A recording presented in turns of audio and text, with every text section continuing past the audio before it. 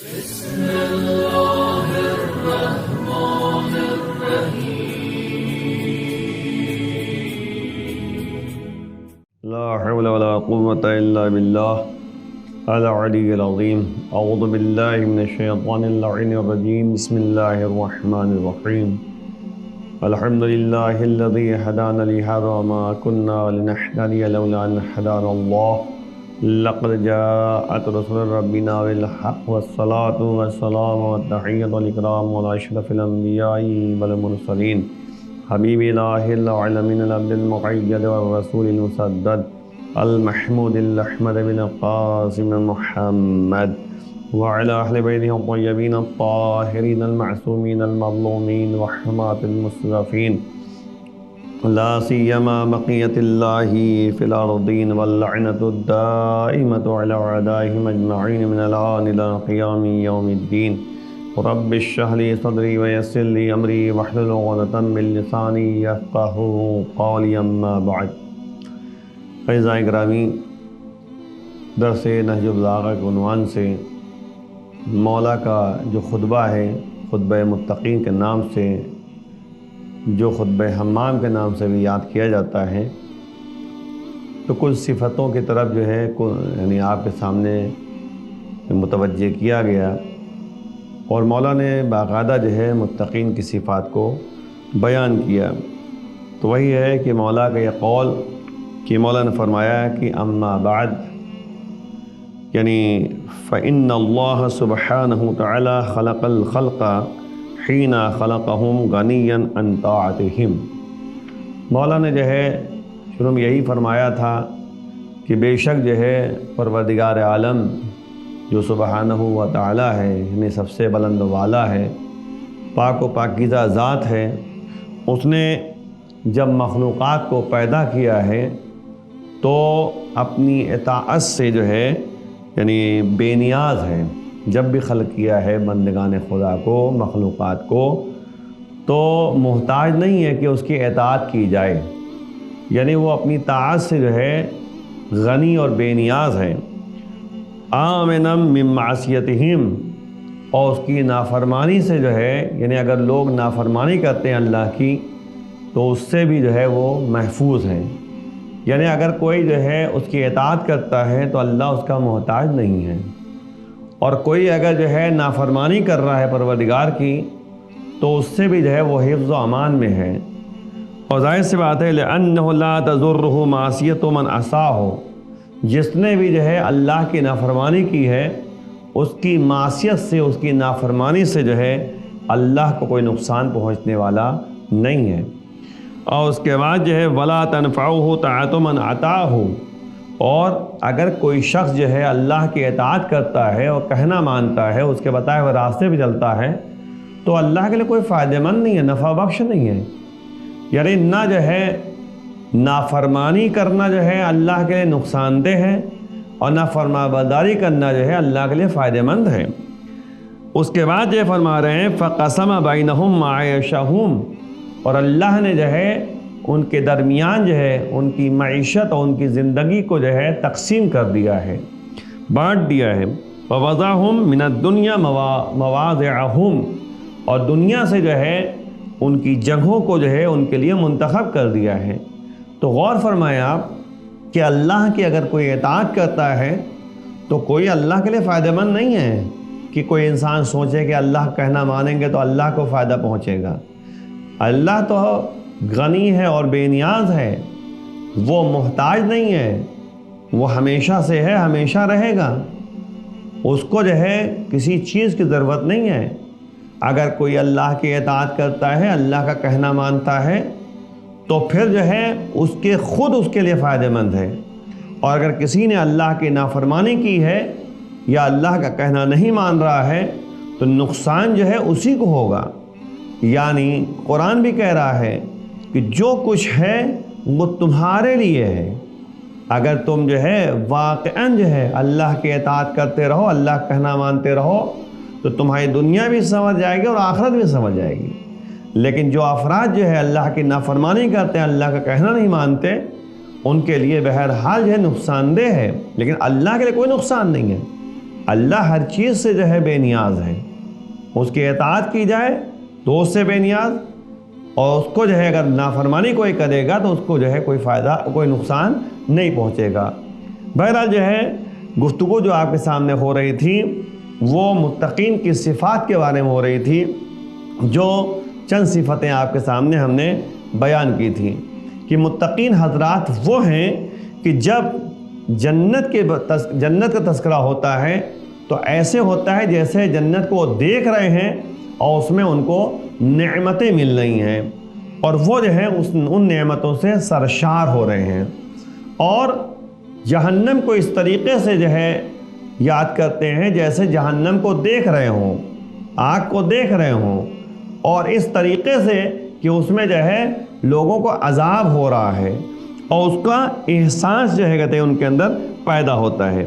دیکھیے فہم فیہا معذبون، یعنی وہ لوگ جو ہیں آگ و جہنم کو جو ہے اس طریقے سے جیسے وہ دیکھ رہے ہیں آگ و جہنم کو، اور اس طریقے سے دیکھ رہے ہیں کہ وہ لوگ جو ہیں یعنی افراد جو ہیں جو اللہ والے ہیں وہ یعنی آگ کو اس طریقے سے دیکھ رہے ہیں جیسے آگ میں ان کو عذاب جو ہے دیا جا رہا ہے، عذاب سے جو ہے کہتے کہ دو چار ہو رہے ہیں۔ قلوبہم محزونہ، اور ان کے دل جو ہیں محزون ہیں، رنجیدہ ہیں۔ تو یاد رکھیے جب بھی ہم جنت کو یاد کریں تو جنت کی نعمتوں کو یاد کریں، جب جہنم کو یاد کریں تو جہنم کے جو ہے عذاب کو یاد کریں، تب جو ہے کہتے ہیں انسان صحیح معنوں میں عبرت حاصل کر سکتا ہے، تب صحیح معنوں میں انسان جو ہے صحیح راستے پا سکتا ہے۔ جب تک انسان جو ہے آگ سے خوف زدہ نہیں ہوگا اور پھر جو ہے جہنم سے جو ہے امید نہیں رکھے گا، جنت سے امید جب تک نہیں رکھے گا اور جہنم سے جب تک جو ہے خوف زدہ نہیں ہوگا تب تک صحیح راستے کو اپنا نہیں سکتا۔ اسی کو کہتے ہیں خوف و رجا۔ خوف و رجا کا مطلب کیا ہوتا ہے؟ رجا معنی ہوتا ہے امید، خوف معنی ہوتا ہے ڈر، یعنی ہمیں جو ہے عذاب خدا سے ڈرنا چاہیے اور اللہ کی نعمتوں سے امیدوار ہونا چاہیے۔ دونوں راستے کو جو ہے اپنائیں گے تب صحیح راستے کو ہم اپنا کا جو ہے زندگی اچھی گزار سکتے ہیں۔ تو وہی کہتے ہیں مولا فرما رہے ہیں کہ یہ لوگ جو ہیں قلوبہم محزونہ، ان کے دل جو ہے حزن طاری ہوتے ہیں، محزون ہوتے ہیں۔ تو آپ یاد رکھیے اسی طرح دعاؤں میں اگر آپ دیکھیے یعنی دعاؤں موجود ہے کہ الہی قلبی محجوب و نفسی معیوب، پالنے والے ہمارا دل جو ہے محجوب ہو گیا ہے، چاروں طرف پردے حائل ہو گئے ہیں۔ تو یاد رکھیے پردے جب حائل ہو جاتے ہیں تو انسان بے حس ہو جاتا ہے، انسان کو کچھ سمجھ میں نہیں آتا۔ اسی لیے شاید ہم نے اس دن آپ کو بتایا تھا کہ ایک درس میں کہ اللہ نے جو ہے انسانوں کو 4 آنکھیں دی ہیں، اللہ نے انسانوں کو 4 آنکھیں دی ہیں، 2 دل کی آنکھیں ہیں، 2 جو ہے ظاہری آنکھیں ہیں۔ ظاہری آنکھوں کو بصارت کہا جاتا ہے اور دل کی آنکھوں کو بصیرت کہا جاتا ہے۔ تو اللہ اگر کسی سے جو ہے یعنی خیر اور نیکی کرنا چاہتا ہے کسی کے ساتھ تو دل کی آنکھوں کو کھول دیتا ہے۔ تو یاد رکھیے دل کی آنکھیں کھلیں گے کیسے؟ جب ان کے دل جو ہے محزون ہوں گے، خوف زدہ ہوں گے، ان کے اندر ڈر پیدا ہوگا کہ کہیں کوئی ایسا راستہ نہ اپنا لے جس کے نتیجے میں اللہ کا عذاب نازل ہو جائے۔ تو یاد رکھیں متقین وہ ہوتے ہیں جن کے دل جو ہے محزون ہوتے ہیں، حزن طاری ہوتا ہے، رنجیدہ ہوتے ہیں، اور ہر وقت جو ہے خوف طاری رہتا ہے، اللہ کا خوف، آخرت کا خوف، جہنم کا خوف، عذاب کا خوف، یعنی ڈر پیدا ہوتا ہے کہ کہیں کوئی ایسا راستہ نہ اپنائے جس کے نتیجے میں اللہ ہم سے ناراض ہو جائے۔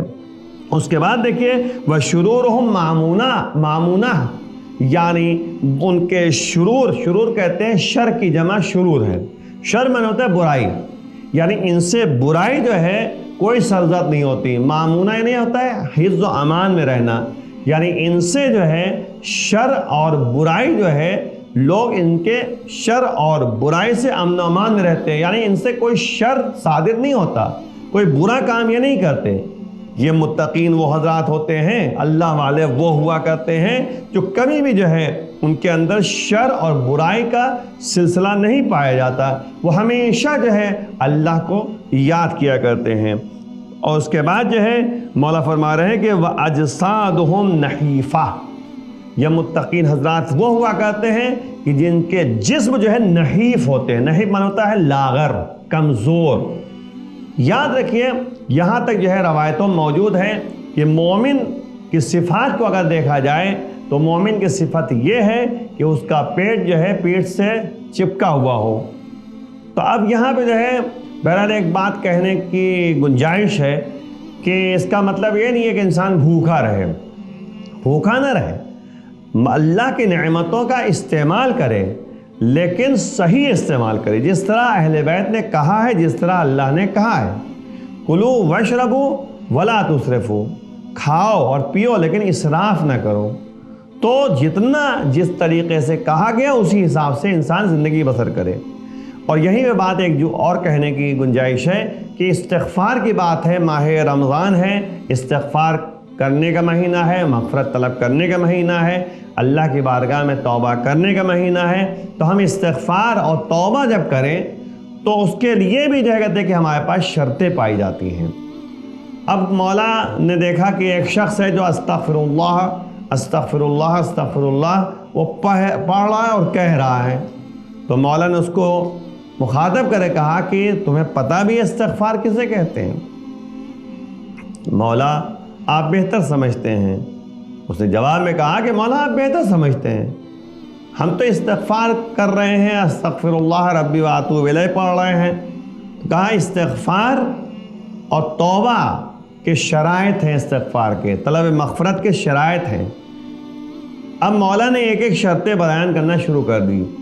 ان شرطوں میں سے ایک شرط یہ بیان کیا کہ جب انسان استغفار کرے تو جن حرام کھانے کی وجہ سے، حرام خوری کی وجہ سے، حرام غذا کھانے کی وجہ سے جو جسم میں گوشت بن گئے ہیں، پہلے نمبر پہ تم گوشت کو گھلاؤ اور پھر جو ہے حلال کھاؤ تاکہ وہ گوشت نیا جو ہے تازہ اس میں اگے اور بنے۔ کیونکہ ظاہر سی بات ہے کہ جو حرام خوری سے گوشت بنا ہے، حرام غذا سے گوشت بنا ہے، تو یہ جو ہے بہرحال جو ہے اب چاہے جتنا انسان استغفار کرتا رہے اس کا استغفار کوئی فائدہ نہیں ہوگا۔ تو مولا نے کہا کہ پہلے گوشت گھلنا چاہیے، پھر جو ہے نیا گوشت جو ہے اس میں پیدا ہو، تب جو ہے کہتے استغفار جو ہے فائدہ مند ہے۔ پھر مولا نے کہا کہ پہلے حقوق الناس کو ادا کرو، پھر توبہ کرو، پھر استغفار کرو، تمہارے لیے فائدہ مند ثابت ہو جائے گا۔ دل کی گہرائیوں سے استغفار کرو۔ یہ مطلب تو ہی نہ ہے کہ ہم مال کسی کا کھاتے رہیں اور ہڑپتے رہیں اور نتیجے میں جو ہے حق ضائع کرتے رہیں اور پھر استغفار کرتے رہیں، استغفر اللہ کہتے رہیں، تو اس کا کوئی فائدہ اور بینیفٹ نظر نہیں آئے گا۔ تو اس لیے ضرورت اس بات کی ہے کہ جو مولا فرما رہے ہیں کہ اجسادہم نحیفہ، ان کے جسم جو ہے نحیف ہوتے ہیں، لاغر ہوتے ہیں، تو اس کا مطلب یہی ہے۔ اور ایک بات میں آپ کے ذہنوں میں ڈال دوں کہ مولا نے فرمایا کہ اپنے شکم کو 3 حصوں میں تقسیم کرو۔ کھانے کے جو طریقہ بتایا ہے، ایک حصہ جو ہے کھانے کے لیے، ایک حصہ پانی کے لیے، ایک حصہ جو ہے ہوا کے لیے۔ اور جب 3 حصوں میں تقسیم کرے گا تو انسان جو ہے صحت مند رہے گا۔ یہ مطلب نہیں ہے کہ زیادہ سے زیادہ انسان کھاتا رہے اور اس کے بعد جو ہے کہ بیماریوں کا یعنی سلسلہ قائم ہو جائے۔ بیماریوں کی جڑ جو ہے مولا نے کہا کہ ام الامراض جو ہے، بیماریوں کی ماں جو ہے وہ شکم ہے۔ پیٹ اگر انسان صحیح کر لے تو اس کے بعد جو ہے انسان صحیح معنوں میں ہر بیماری سے دور رہ سکتا ہے۔ اسی لیے آپ دیکھیے حکیموں کے پاس اگر آپ جائیے تو وہ سب سے پہلے یہی دیتے ہیں دوا تاکہ پیٹ جو ہے انسان کا صحیح رہے۔ تو اس لیے ضرورت اس بات کی ہے کہ ہم اگر کم پرخوری نہ کریں، پرخوری معنی ہوتا ہے بہت زیادہ کھانا، زیادہ نہ کھائیں بلکہ ایک لمٹ کے حساب سے جو ہے اپنے پیٹ کا اور اپنے شکم کا خیال کریں۔ وَحَاجَاتُهُمْ خَفِيفَةٌ، اور مولا فرما رہے ہیں کہ متقین کی حاجتیں جو ہیں کم ہوتی ہیں، ہلکی ہوتی ہیں۔ بعض لوگ جو ہے کہتے ہیں ہماری بلڈنگ بن جائے، ہمارے پاس جو ہے اتنے کمرے ہو جائیں، ہمارے پاس جو ہے اتنے اچھے یعنی پیسے ہو جائیں، بینک بیلنس بن جائے، یہ تمام تمنائیں اور حاجتیں جو ہے انسان پیش کرتا ہے، لیکن متقین حضرات کی حاجتیں جو ہیں کم ہوتی ہیں، یعنی اتنی ہوتی ہے کہ بس اپنی لمٹ بھر کی، نہ زیادہ اور نہ بہت کم۔ اسی لیے جو ہے یعنی آپ دیکھیں کہ کہا گیا ہے کہ گھر میں اگر جو ہے آپ کے گھر میں 3 افراد ہیں تو 4 جو ہے کم سے کم جو ہے بیڈ ہونا چاہیے، ایک مہمانوں کے لیے اور 3 اپنے افراد کے لیے۔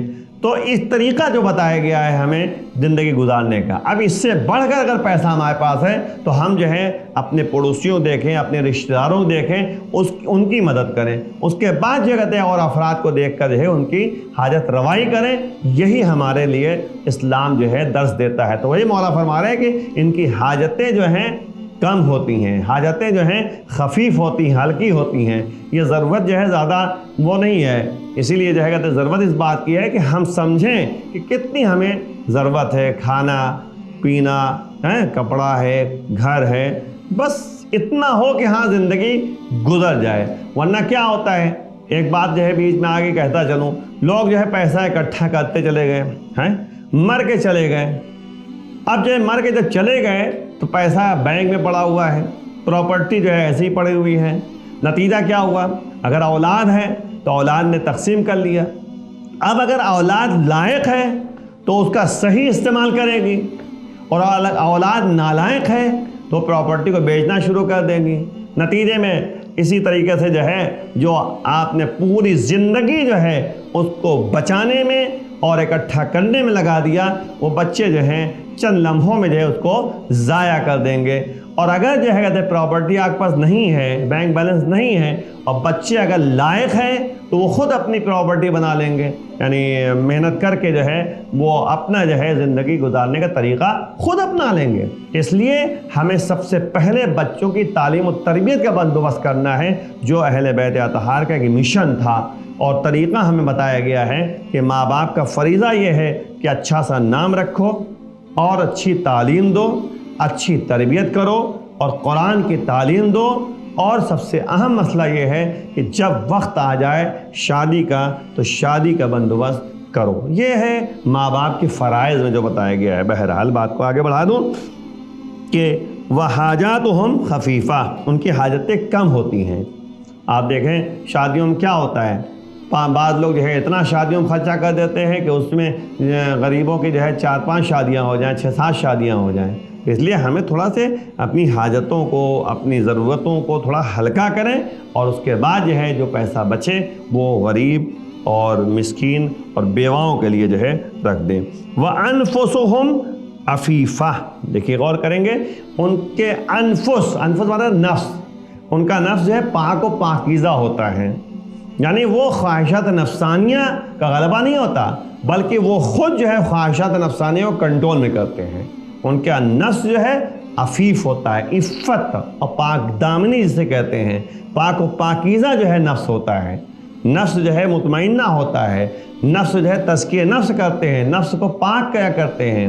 جب نفس پاک ہو جائے گا، روحانیت کا غلبہ ہو جائے گا، معنویت کا غلبہ ہو جائے گا، تو انسان جو ہے اپنی فکروں کو بھی اسی راستے پہ لے کر آئے گا جو نفس کی پاکیزگی کے تقاضے ہوا کرتے ہیں۔ تو تزکیہ نفس اہم مسئلہ ہے، تزکیہ نفس کی طرف متوجہ رہیں، جو کہتے ہیں کہ نبی کا ایک مشن تھا، وَالَّذِي بَعَثَ فِي الْأُمِّينَ رَسُولًا مِّنْهُمْ يَتْلُو عَلَيْهِمْ آيَاتِهِ، یعنی نبی آئے تھے اس دنیا میں، کیوں آئے تھے؟ سب سے پہلا مشن یہ تھا کہ وہ آیات الہیہ کی تلاوت کریں، تزکیہ نفس کریں، اور اس کے بعد یعلمہ الکتاب والحکمہ، اور حکمت اور کہتے ہیں کہ کتاب کی تعلیم دینے آئے تھے۔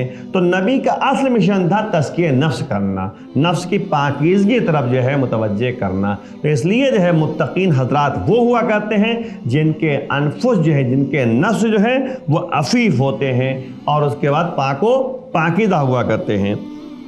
صبروا ایاما قصیرہ عاقبتہم راحتاً طویلہ، اور یہ مومنین متقین حضرات وہ ہوا کرتے ہیں کہ انہوں نے چند دن صبر کیا۔ چند دن کا مطلب کیا ہے بھائی؟ 60 سال عمر ہے، 60 سال انہوں نے صبر کیا، 70 سال صبر کیا، 80 سال صبر کیا، یعنی صبر و تحمل کے ساتھ جو ہے اپنی زندگی کو انہوں نے بڑھایا، اور نتیجے میں کیا ہوا؟ ان کو راحت جو ملی، ان کو آرام جو ملا، وہ ایک طولانی مدت کے لیے۔ طولانی مدت کیا مطلب؟ بھائی مرنے کے بعد انسان کی ابدی زندگی ہے، ایک طولانی زندگی ہے۔ اسی لیے آپ قرآن میں دیکھیے لکھا ہوا ہے کہ ہم فیہا خالدون، یہ سب کے سب جو ہے اسی میں ہمیشہ رہیں گے۔ بھائی مومن متقین حضرات کے بارے میں یہی تو قرآن کہہ رہا ہے کہ ان کو جنت میں جگہ ملے گی، اللہ کی طرف سے کامیاب ہے۔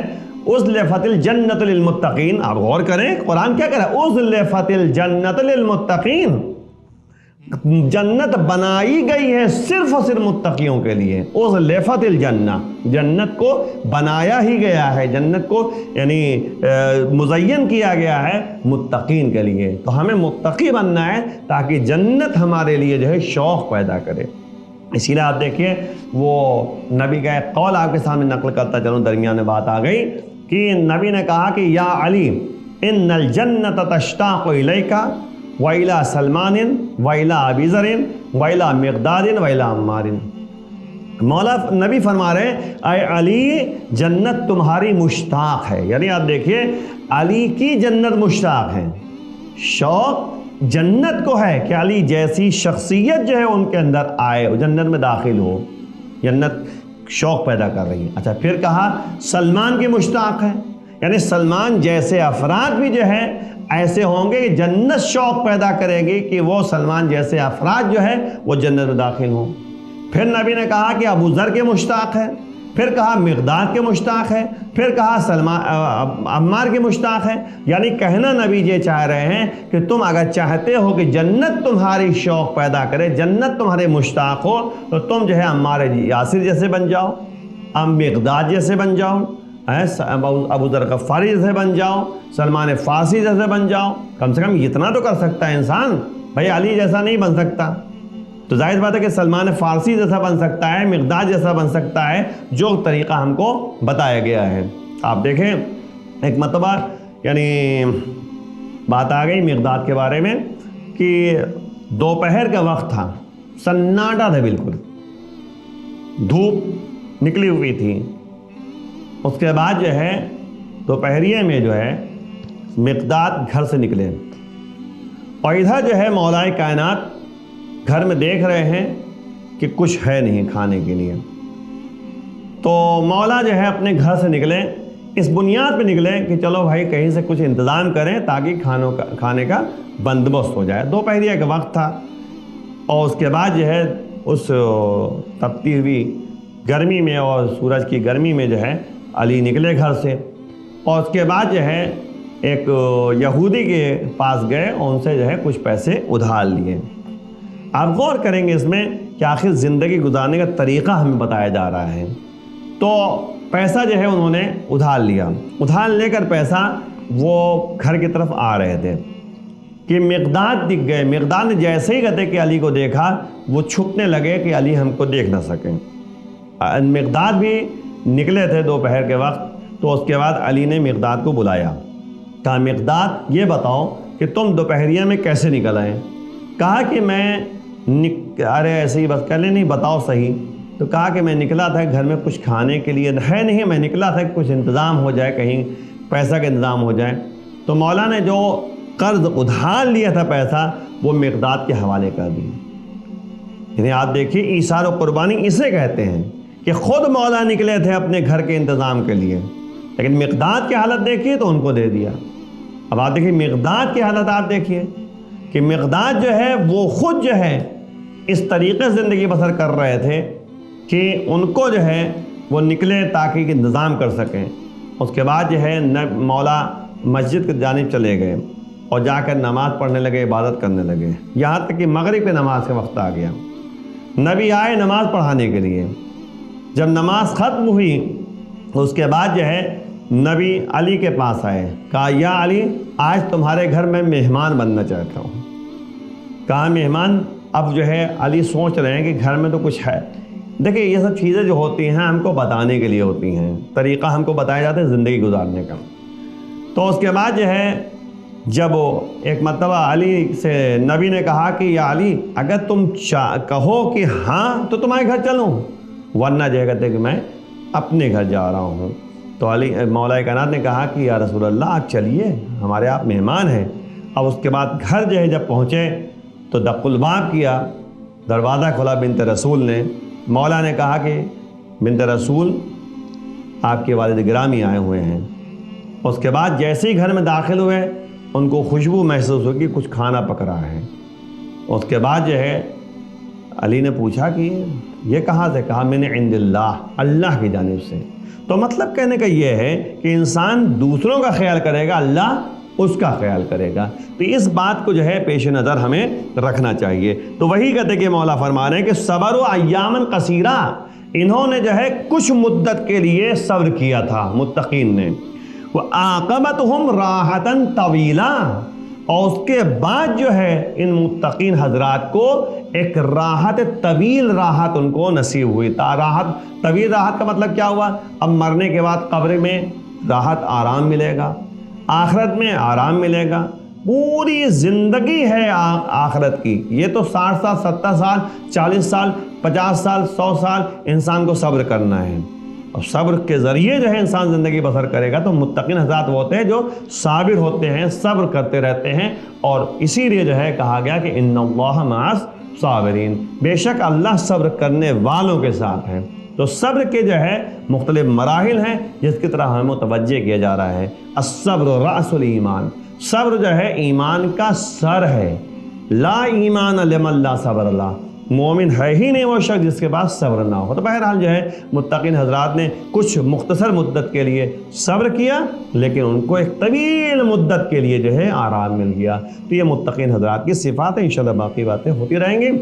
آخر مبارکہ معبود میں دعا کرتے ہیں پروردگار اس ماہ مبارک رمضان میں جو ہے ہمارے تمام گناہوں کو معاف فرما، امام کے آوان انصار میں شمار فرما۔ پروردگار پوری دنیا میں جو وائرس ہے، پروردگار تمام دنیا والوں کو جو ہے اس سے نجات دے دے، اور بیماروں کو شفا عنایت فرما، امام کے ظہور میں تعجیل فرما۔ وآخر دعوانا الحمدللہ رب العالمین۔